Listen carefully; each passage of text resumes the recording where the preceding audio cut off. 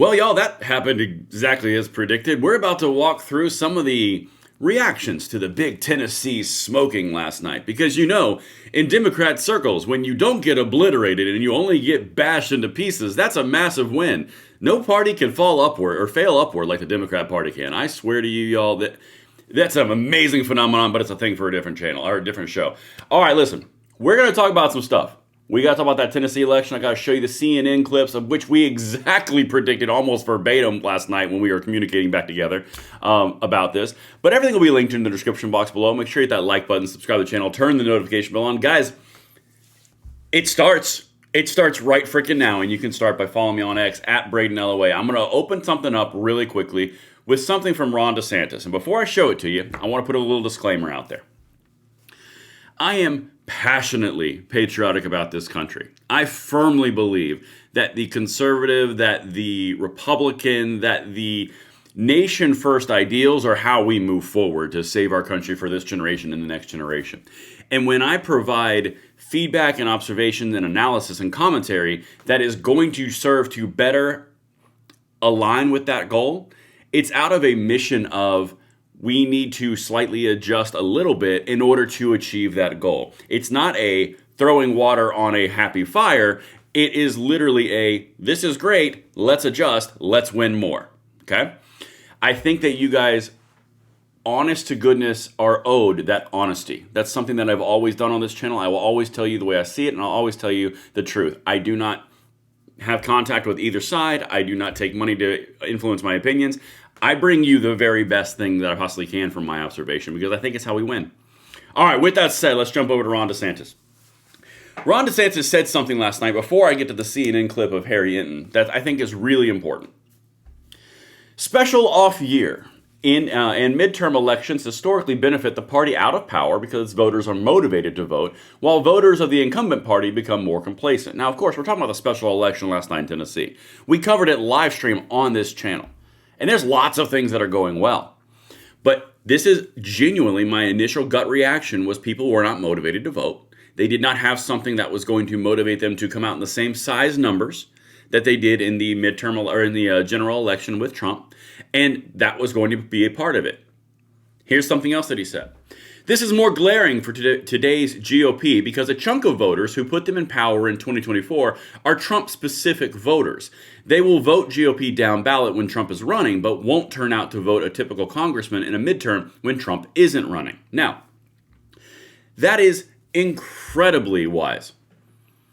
And Republicans, this is why I say you got to follow J.D. Vance's lead. You have to put pressure on everything that's going on with a motivating why. You can't just do it with this is a ruby red district, so you're going to vote Republican because Democrats are bad, because that's exactly what Democrats did that lost them everything. You have to give them a motivation. You have to get people just something to believe in. That is why I'm playing so many clips from J.D. Vance talking about just that. The real life incomes that are being adjusted, the real life pricing, laying the blame right at the feet of Democrats. All of these things are essential. You want more of this. You want to prevent this from happening again. Get out there and vote. Let's build something together. That's the entire point. I think that Ron DeSantis has a very valuable, astute observation. If you're not going to vote for the individual who they believe in, which is the why and the belief of Trump, give them something else they can believe in. That's my big warning. We have the sauce. We just got to put it on the pizza. All right, let's keep on going. And by the way, let me know what you guys think in the comments on this one, because I think that this is something that needs to be said. I'd love to hear your thoughts. And now we're going to start the liberal copium. Oh, I'm so excited for this part. Winter politics. Now, this is a far left account. Okay, this is a woke left account. Tonight is proof that we need to run more AOCs and Afton Baines in red swing districts. Yes, please. Hold on, let me get bigger for you so we can fully immerse ourselves in this. Yes, please, God, do it.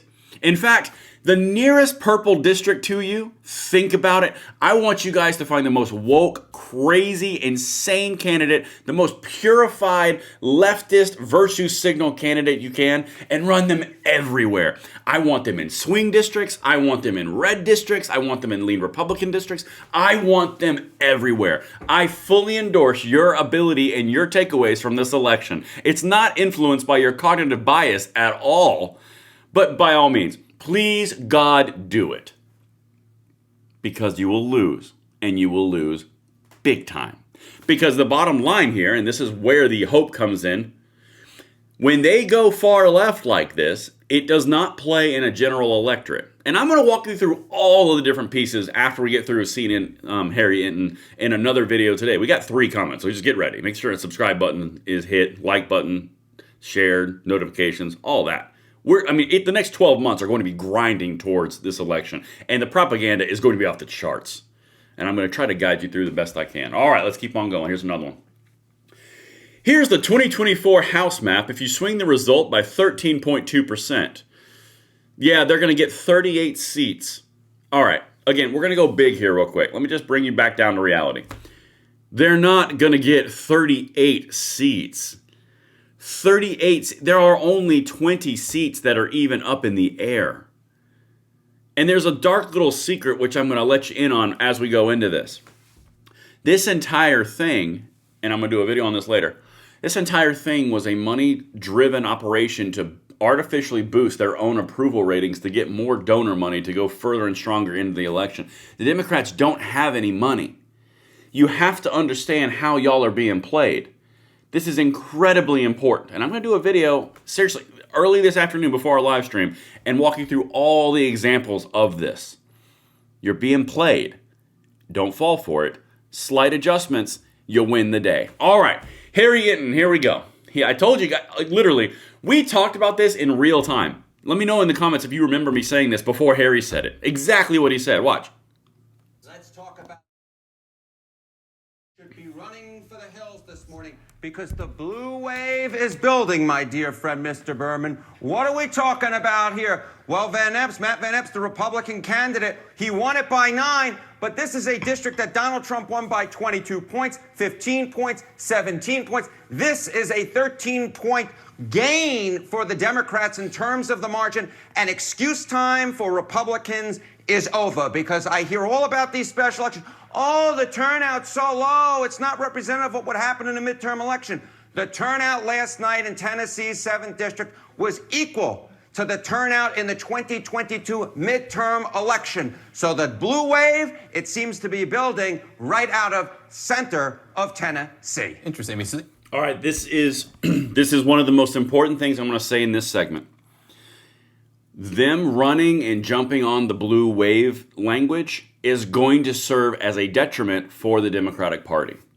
It's going to artificially give them an idea of what's going on the ground. It's going to push them into farther left politics than the centrist Democrats want. And then it's going to actively make more seats competitive because the far left woke crazy. More money piled into this race than has ever been piled in before. I'm going to show you that later on today. But it artificially changed everything on the ground of what you're looking in numbers, all for the end result of Democrats need donor bases to return and have something to believe in. That's what you're seeing actively. That's why all the language about blue wave, blue wave, blue wave, blue wave. If you start talking about blue wave 12 months before before the elections, you're going to have issues. It's going to translate into complacency. All right, let's keep on going. In terms of the numbers, the turnout looked like a regular midterm election, not a special election. Exactly right, exactly right. And of course, we have a midterm, what about 11 months from now? All right, what have we seen in terms of trends in all the special elections the last year? Okay, I wouldn't necessarily give a hootin' and hollering about one special election in Tennessee. I love the people in Central Tennessee, but Central Tennessee is nothing special compared to the rest of the country. But what we see happening is, take a look here. Okay, 2025 U.S. House special elections. Dems outrunning Kamala Harris. A lot of blue here, a lot of blue, which is what I think the nation might look like a year from now if these results hold. Arizona 7, you see a 17 outperformance of Kamala Harris. 23 points in Florida 1, 16 points in Florida 6, 13 points in Tennessee 7, 28 points in Texas 28, and then 17 points in Virginia 11. So we've seen it throughout the nation, whether you go from the suburbs of Washington, D.C., all the way to the Southwest in Arizona, whether you're looking at Texas, whether you're looking at Tennessee, whether you go down to Florida, we have seen the Democratic outperformance of Kamala Harris happening across the political map. What happened last night in Tennessee ain't just staying in Tennessee. It is spreading itself throughout the nation. As I said, to me, looking at these results, it looks like a blue wave is building. And it's not. All right. So again, guys, you are going to be propagandized over the next 12 months more than you have been in a long time. Honestly, that's what's going to happen, and I'm going to try to guide you through it and bring reality to the entire situation, okay? Now, again, remember what Ron DeSantis just said right here. Midterms, because the party in power is generally complacent and happy and go about their lives because they righted the ship that was wrong earlier. Then the other side hates Donald Trump so much, and there's so much purity and passion and hatred for the man that they're going to be motivated to vote. I don't care the reason of why they're motivated, they're motivated. So they're motivated to go and vote. Granted, it is from hatred, but they're still motivated. And the other side is complacent, which leads to a general underperforming of the party in power. That is a normal historical trend, okay? Now, what Harry Enton is going down right now and banging on and on and on about is the fact that he sees a trend across the entire nation of the Republicans being complacent and the Democrats who are motivated to hate Donald Trump. This exact same thing happened in the prior midterms in Trump 1.0. The main difference is you actually have a little bit more to hang your hat on than in Trump 1.0. We'll continue. Hold on. All right, Harry, take it away. Wrap it up. Just that it's blue. It's that it's double-digit blue. It is it's exactly right. It's double-digit blue. I will note, I looked at the stats. If, in fact, you had a 13-point shift like we saw in Tennessee, and you applied that to the 2024 presidential map, we are talking about a gain for Democrats of north of 40 seats. All right. All right. That's it. That was why I waited right there. Come here. Democrats. Yep. You're going to win 40 seats in the House. 40. In fact, you might get 45. It's going to be so overwhelmingly bad for Republicans, you probably just shouldn't vote because you're going to get 40 seats. It's guaranteed and baked in. 40 seats. Who would not love 40 seats? This is what you're going to see. The propagandistic nature of the media wants to stop Donald Trump, and they think they have their pound of flesh.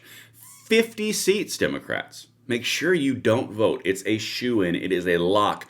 Go team. Y'all, the next 12 months are going to be a hell of a lot of fun, and I look forward to going through it with you. Make sure you tune into all videos today. We have got a ton to work through. I'm Braden. I'll see you later.